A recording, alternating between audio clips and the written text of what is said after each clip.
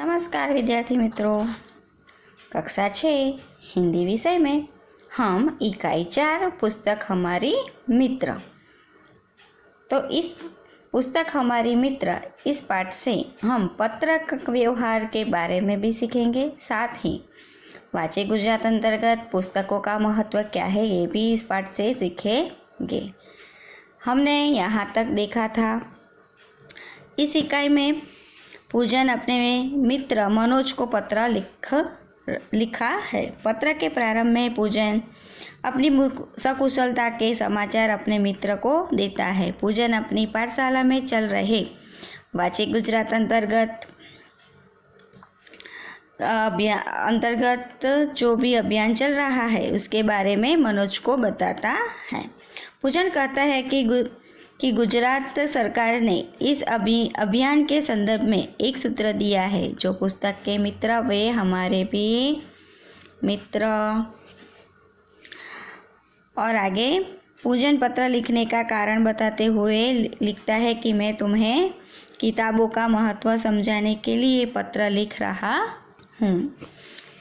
हमने यहाँ तक देखा था। और कहता है कि पुस्तक का महत्व देते हुए कहता है कि पुस्तक हमें क्या देती है, नया ज्ञान देती है, हमें भले बुरे का फर्क सिखाती है।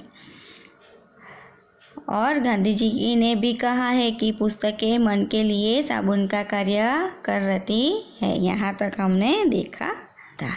आगे हम देखते हैं कि किताबें ज्ञान का स्रोत है जिससे जिज्ञासा की पूर्ति होती है।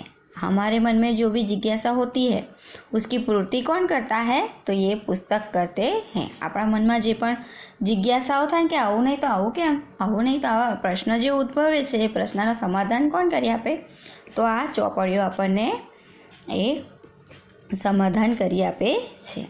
इतना ही नहीं, ज्ञान और विज्ञान को गतिमान रखती है। किताबें मूल्यवान है, हमें इसको पढ़कर हमारे जीवन को सजाना एवं संवारना है। कहता है कि पुस्तक हमारे जीवन के लिए बहुत ही मूल्यवान है। इसे आने वाँचीने આપણે આપણું जीवन सुधारવું જોઈએ અને આગળ વધારવું જોઈએ।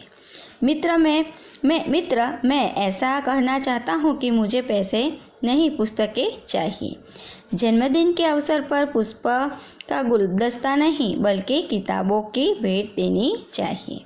अपने बहुत ही अच्छा नेक विचार है पूजन का। इस मनोज को कह रहा है कि हम किसी को भी जन्मदिन के अवसर पर फूलों का गुलदस्ता देते हैं, उसके बजाय हम किताब दे तो कितना अच्छा नया विचार आया है।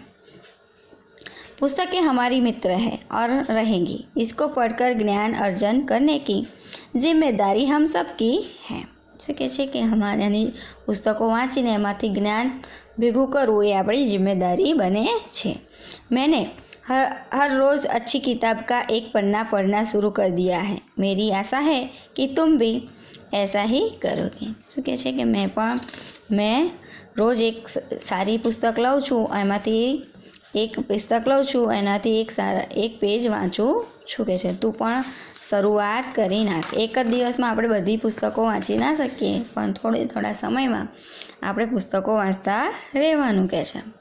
चलो आज से संकल्प करें कि दोस्तों के जन्मदिन या शुभ अवसर पर शुभकामना के साथ साथ किताबों की मूल्यवान भेंट देंगे। શું કહે છે આજે આપણે સંકલ્પ કરીએ કે આપણે બંને મિત્રો જ્યારે પણ કોઈનો જન્મદિવસ આવશે ત્યારે આપણે શું આપીશું, પુસ્તક गिफ्ट કરીશું। કહે છે अब हम बुके नहीं पर बुक चाहिए।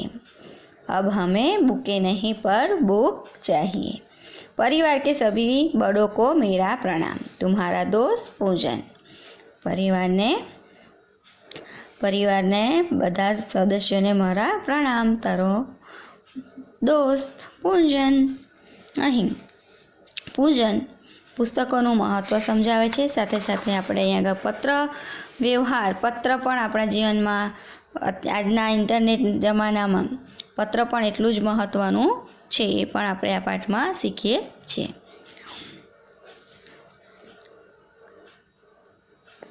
पत्र के अंत में पूजन अपने मित्र मनोज के परिवार के बड़ों को प्रणाम भी करता है।